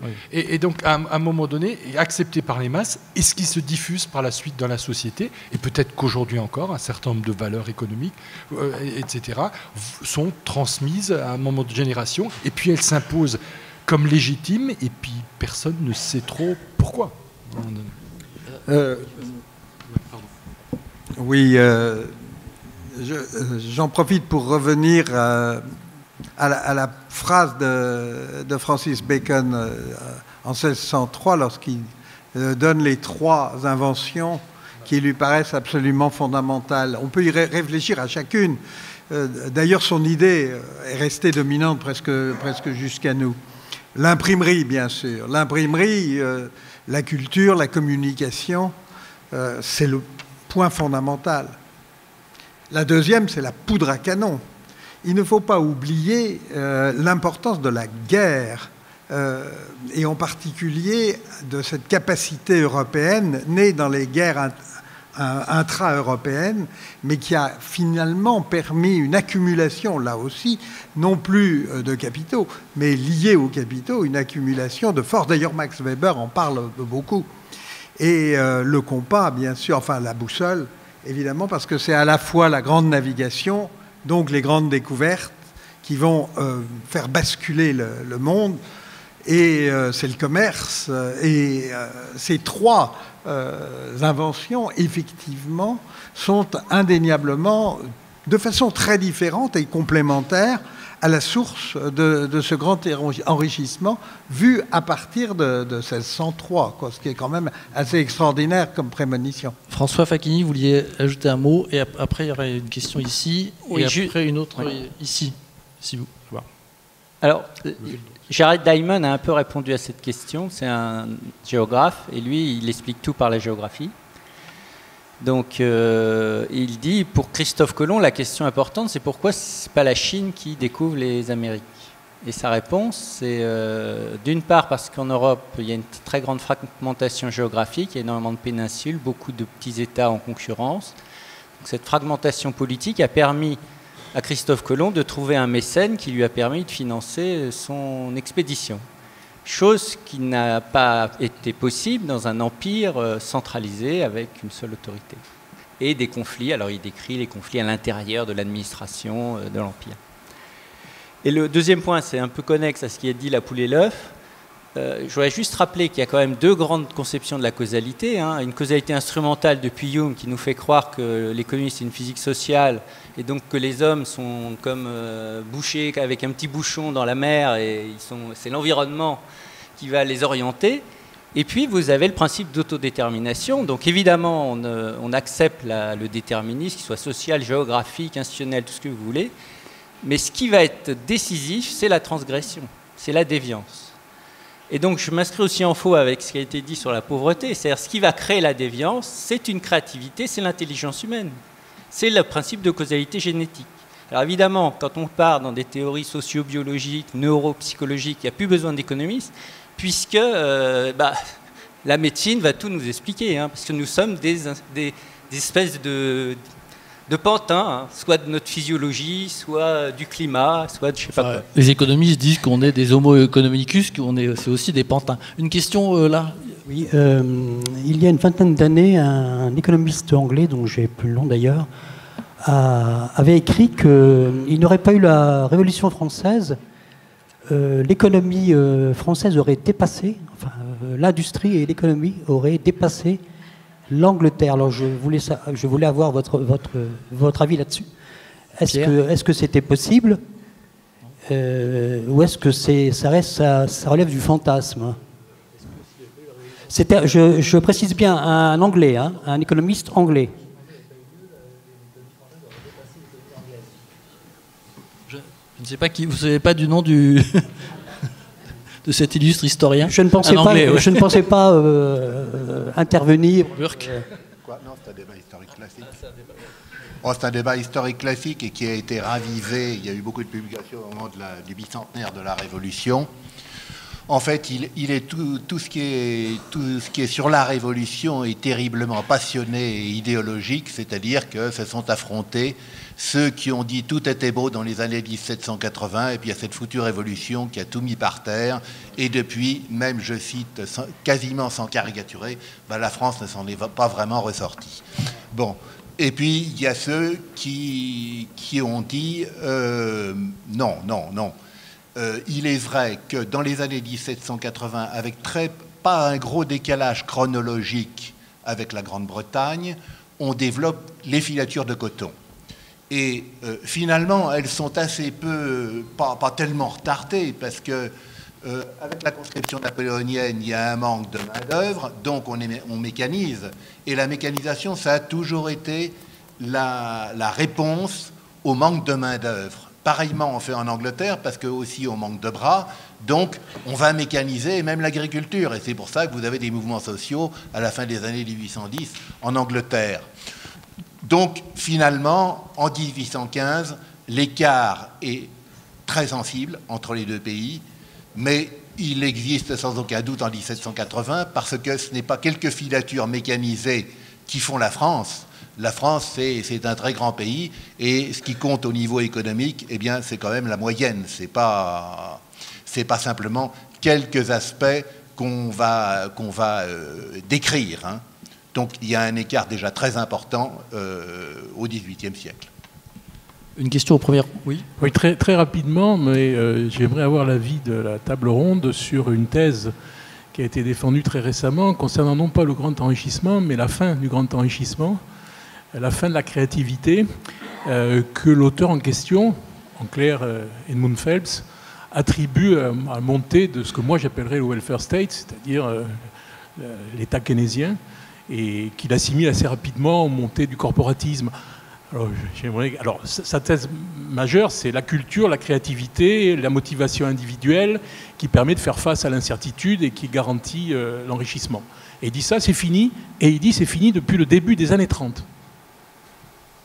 Est-ce que l'un de vous veut répondre sur la thèse de Phelps, sur la fin de la prospérité de masse? De façon extrêmement générale, mais vraiment extrêmement générale, quand on regarde les courbes que vous avez données, Claude en particulier, ou celles de Madison, bon, ce qu'on observe sur des siècles et des siècles, c'est une croissance exponentielle. Bon, on sait que toute espèce placée dans une niche écologique va croître de façon exponentielle jusqu'au moment où apparaît une limite, et cette courbe se transforme en une courbe en S, une logistique. La caractéristique de l'espèce humaine, c'est que jusqu'ici, elle a toujours réussi à produire elle-même ses propres ressources et à faire monter la limite au-delà de laquelle, enfin en deçà de laquelle, quand on vient la heurter, la courbe n'est plus exponentielle parce qu'on tombe sur une limitation des ressources. Est-ce qu'on en est là? Voilà la grande question, fondamentalement. Est-ce qu'on arrive maintenant, dans cette niche écologique qu'est notre planète, jusqu'à nouvel ordre, est-ce qu'on arrive à une limite absolue? Cette croyance en la limite absolue, bon, c'est pas la première fois qu'elle arrive sur l'humanité. On l'a cru à différents moments être là. On l'a cru, par exemple, au XVIIIe siècle, avec la disparition du bois. Je prends cet exemple. On l'a cru avec Malthus et les rendements décroissants dans l'agriculture. Bon, mais aujourd'hui, avec les problèmes écologiques nouveaux, est-on arrivé à cette limite absolue qui fait que finalement le temps du grand enrichissement pour l'espèce humaine, c'est plus la question Europe, Asie, etc. Pour l'espèce humaine, est-ce qu'on arrive à cette limite ou est-ce qu'une nouvelle fois l'espèce humaine va être capable de la déplacer vers le haut? Là, on est devant une grande interrogation, mais que ce n'est pas la première fois que cette interrogation se pose à l'humanité. Nicolas? Oui, je ne peux pas me prononcer sur la crise écologique, mais sur la question de la créativité, il y a énormément de travaux en psychologie et en neurosciences sur la créativité, et ce qu'ils disent va plutôt dans le sens inverse, c'est-à-dire que le welfare state, le fait d'avoir un filet de sécurité, ça rend au contraire plus créatif. Il y a plein d'expériences qui ont été faites où on donne de l'argent aux gens, à des gens qui sont pauvres dans des pays en développement, en Inde et en Afrique. Et ce que ça fait, c'est tout le contraire. C'est qu'ils essayent des nouvelles techniques, ils essayent des nouveaux produits qu'ils n'auraient pas fait s'ils étaient stressés. Donc moi, je dirais plutôt le contraire. C'est qu'on va encore accélérer parce qu'il y aura plus juste quelques élites bien nourries qui vont innover, mais c'est toute la planète qui va commencer à innover.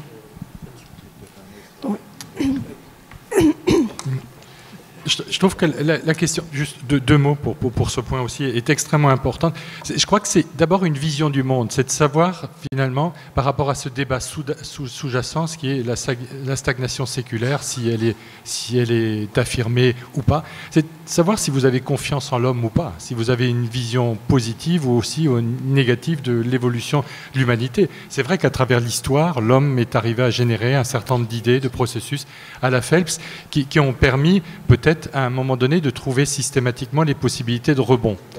Et la question un peu derrière cet élément-là qui me paraît très important, c'est ce que j'avais abordé à la fin de mon intervention, c'est le modèle de société qu'on veut quand j'ai cité Tocqueville, où Tocqueville, à un moment donné, en 1856, dans son ouvrage, essayait de comparer notamment pourquoi l'agriculture française n'avait pas été aussi efficace que finalement l'agriculture anglaise. Et il donnait comme exemple, c'est qu'il y a d'un côté le côté entrepreneurial, prise de risque et autres, et de l'autre côté, il y a l'exploitation l'exploitation de la rente. Et si vous demandiez à un agriculteur qu'est-ce qu'il préférait, c'est de finalement avoir une rente, travailler pour l'État au niveau central ou d'exploiter sa terre, eh ben en France, il choisissait la rente et d'aller travailler en centrale et pas nécessairement d'exploiter sa terre. Derrière, il y a des enjeux politiques qui sont extrêmes. Ça, je vous dis, ça a été écrit au 19e siècle. Si vous le mettez dans le contexte aujourd'hui, sans paralogisme, vous voyez bien qu'il y a un certain nombre d'interrogations qui sont similaires. François Facchini, très vite, parce que on voudrait, comme tout le monde veut répondre à cette question, je suis désolé, mais il faut qu'on en puisse en. Je veux juste rebondir en disant c'est un bon exemple de croyance autoréalisatrice. C'est-à-dire que si nous croyons tous que c'est la fin du monde et que c'est la fin de la croissance, il n'y aura plus de créativité et ce sera effectivement la fin de la croissance. Et c'est pour ça que les sciences sociales, ce n'est pas une physique. Bon, je voulais juste dire un mot factuel, c'est que l'histoire a toujours été faite par les puissants, que ce soit socialement ou que ce soit au niveau mondial. Et donc, lorsque l'on parle de ralentissement, on parle de ralentissement dans des pays dans lesquels nous sommes. Or, il y a toujours eu, dans chaque période de ralentissement de la croissance, il y a des reclassements dans la hiérarchie des puissances économiques. Fin 19e siècle, c'est la montée de l'Allemagne et des États-Unis. On dit c'est la Grande Dépression. Il y a ralentissement en France et en Grande-Bretagne, qui sont les pays centraux. Mais pendant ce temps-là, il y a les États-Unis qui montent et l'Allemagne qui monte. Et le XXe siècle, c'est le siècle du passage au leadership américain. Et d'ailleurs, c'est un des éléments aussi qui explique la durée de la grande crise des années 30, c'est que finalement, il n'y a pas tellement de leadership. L'Angleterre voudrait pouvoir continuer à l'exercer, mais n'en a plus les moyens. On le voit, elle lâche tout en 1931. Les États-Unis auraient peut-être les moyens, mais de toute façon, n'en ont aucune envie. Ils ne sont pas à l'échelle du monde. Et dans les années 1970, on a d'autres puissances qui montent. Aujourd'hui, on nous rebat les oreilles en nous disant nous sommes dans la crise depuis 1970. Non, il y a des pays qui montent. Regardez les taux de croissance et vient des nouveaux pays industriels que vous connaissez aujourd'hui. Une question au premier rang. Allez-y. Alors, ce n'est pas une question, c'est une remarque. Vous avez tous parlé de culture, mais il y a un point que vous n'avez pas du tout abordé, aucun de vous, c'est le poids du protestantisme. Ça marche très bien pour l'Angleterre, Max Weber. Les États-Unis, l'Allemagne, sont des pays qui... Ou alors Max Weber avait été évoqué par Pierre Dockès. Bon, alors moi j'ai zappé sur oui, l'information. Il y a eu beaucoup de thèses, aussi bien sur le poids du protestantisme que sur d'autres religions. Ça a été depuis Max Weber relativisé plusieurs fois. J'en profite que j'ai le micro pour dire un mot par rapport à ce que vient de dire Patrick Verlet. En fait, le problème qui se pose est double. D'une part, on a effectivement une succession de pays qui, chacun à leur tour, voient des taux de croissance exceptionnels. Les derniers, c'est effectivement l'Asie du Sud-Est et la Chine. Bien. Mais le problème de la stagnation séculaire, c'est pas celui-là. Pas exactement, parce qu'actuellement, la productivité globale des facteurs se réduit partout, y compris en Chine. Et donc, on est devant un autre problème que celui qui est posé là. Et on en reparlera peut-être une autre fois, ou ailleurs. Oui, très rapidement, il y avait une personne qui demandait le... Non, encore derrière. Donc allez-y vite. Parce que alors, rapidement, il me semble que si on peut croire le projet Madison, c'est au moins quand il nous dit que vers l'an 1000, c'est à peu près égal. C'est-à-dire que l'Europe, à ce moment-là, n'est ni en avance politiquement, militairement, scientifiquement et tout ce qu'on veut par rapport aux autres grandes aires de civilisation. Bien. En 1500, il est clair que l'Europe est devant. Ça, c'est absolument clair. Alors, qu'est-ce qui se passe entre 1000 et 1500 ? C'est là où il y a le problème. Ça ne se voit pas encore au niveau d'un grand enrichissement, mais ça se voit au niveau scientifique. Ça se voit peut-être au niveau politique. Alors, je ne sais pas ce que vous en pensez. Pierre ? Ouais, non. Je me permets de revenir sur les données qui ont été construites. Alors c'est peut-être un élément assez technique, parce qu'on cite beaucoup Madison, mais sachez quand même, pour l'avoir connu, et pour connaître de façon relativement approfondi le projet d'Utrecht de réhabilitation et de développement des données. L'ensemble des données qui ont été prises par Madison, qui a fait fortune là-dessus, c'est quand même la reprise d'un certain nombre de travaux qui ont été faits par des historiens économistes et par des comptables nationaux, français et étrangers. Pour l'Angleterre, c'était Dean et Cole, personne ne le connaît. Pour la France, il y a eu Toutain, il y en a eu d'autres. Lévy-Le Boyer, qui ont constitué un certain nombre de séries. Pour l'Allemagne, c'était Hoffmann. Je pense que dans la salle, il y en a peu qui ont lu Hoffmann 1965, qui ont repris un certain nombre d'éléments par rapport à ça. Et sur cette période-là, avant 1500, comme vous le dites, on est quand même terriblement fragile, si vous voulez, au niveau des estimations. Et donc, dans l'absolu, j'allais dire qu'on est, en moyenne, on a sans doute raison. Mais si vous voulez, on a beaucoup de peine à s'appuyer sur un certain nombre de données, même en histoire ancienne. Moi, de connaissance, de faire des estimations de PIB en moins 5000, les seules données chiffrées en histoire ancienne qui sont un peu valables, c'est les données de Babylone, si vous voulez, où vous avez des estimations de prix pour reconstituer un certain nombre de choses. Et donc après, c'est dans l'estimation. Et le problème, c'est que comme toute production scientifique, on essaie d'améliorer ce genre d'éléments d'estimation pour approcher une forme de vérité qui sera peut-être réfutée demain. Mais en l'état actuel, c'est les seuls éléments d'information sur lesquels on peut bâtir quelque chose. Et en termes de niveau ou de décalage, sans doute qu'il y a énormément d'erreurs, mais ça vous donne du moins une trajectoire de croissance que je crois qui est assez intéressante. Il y avait une question tout au fond, là. C'est vrai que le fond de la salle a rarement la parole. Profitez-en. Merci. Oui, vous avez évoqué tout à l'heure une partie de la réponse de la question que je vais poser, mais juste auparavant, je voudrais parler de Weber, puisque vous l'avez cité tout à l'heure dans le cadre du protestantisme. Moi, je voudrais plutôt le repositionner par rapport à la sociologie, puisque Weber a été un des premiers à avoir mis vraiment la sociologie en appui de la réflexion économique. Et d'ailleurs, ma réflexion, c'est est-ce que le grand enrichissement me paraissant plutôt quelque chose d'assez systémique finalement et pas simplement économique, est-ce que la seule science économique peut se permettre de, à elle toute seule, trouver toutes les explications? D'où la notion de résultante dont vous parliez tout à l'heure. Et je pense qu'effectivement, peut-être que le grand enrichissement qui est arrivé à un moment donné a comme origine profonde peut-être le bassin méditerranéen et tout ce qui a porté le progrès technique, scientifique, etc., avec la Renaissance dans notre Europe occidentale.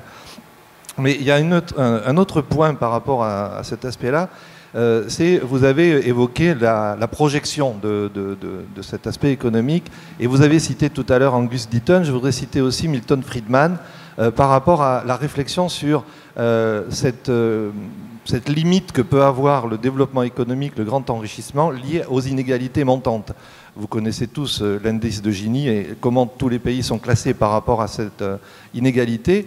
Et je trouve assez frappant qu'aujourd'hui, des anciennes de l'école de Chicago, ultralibéraux par essence, soient aujourd'hui en train de se poser la question des risques liés justement aux inégalités. Et certains mettent les inégalités comme facteur, comme limite finalement au développement. Qu'est-ce que vous en pensez? Voilà. Est-ce que sur ce point-là, Pierre ou de caisse?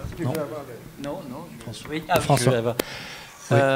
Sur la question des inégalités, c'est un peu comme la croissance. Je crois qu'il y a plus de 100 variables explicatives de la croissance, donc les économistes n'ont pas le monopole, ils essaient juste de lister toutes les variables possibles. Alors à chaque fois, ils sont obligés d'en ressortir une qui marche mieux que les autres, mais ils ont conscience quand même que c'est très multicausal. Et sur les inégalités, si vous revenez aux indicateurs de qualité institutionnelle, les pays les plus égalitaires et ceux qui redistribuent le plus, ce sont les pays libéraux. Parce que c'est le fameux principe social-libéral, c'est-à-dire qu'on est très riche et on accepte une redistribution forte. C'est-à-dire qu'on est très inégaux, ce qu'on appelle les Gini markets, c'est les Gini avant redistribution, sont à peu près équivalents dans tous les pays, mais les Gini nets sont très faibles en Europe. Et si vous regardez donc les pays démocratiques et qui respectent la propriété sont plutôt des pays redistributeurs, mais à faible croissance. Je suis désolé. Oui, enfin, c'est quand même assez étonnant. On n'a plus le temps, mais il me semble qu'il y a un grand pays démocratique, enfin jusqu'ici, qui s'appelle les États-Unis, où les inégalités sont quand même relativement importantes, d'après ce que j'ai cru comprendre. C'était le... Non, on n'a plus le temps. Je suis désolé. On est obligé d'arrêter. Je sais qu'il y a encore plein de questions rentrées, mais vous pouvez venir les poser directement ici à la table. Mais là, on est obligé d'arrêter pour la séance suivante. Merci. Merci à tous.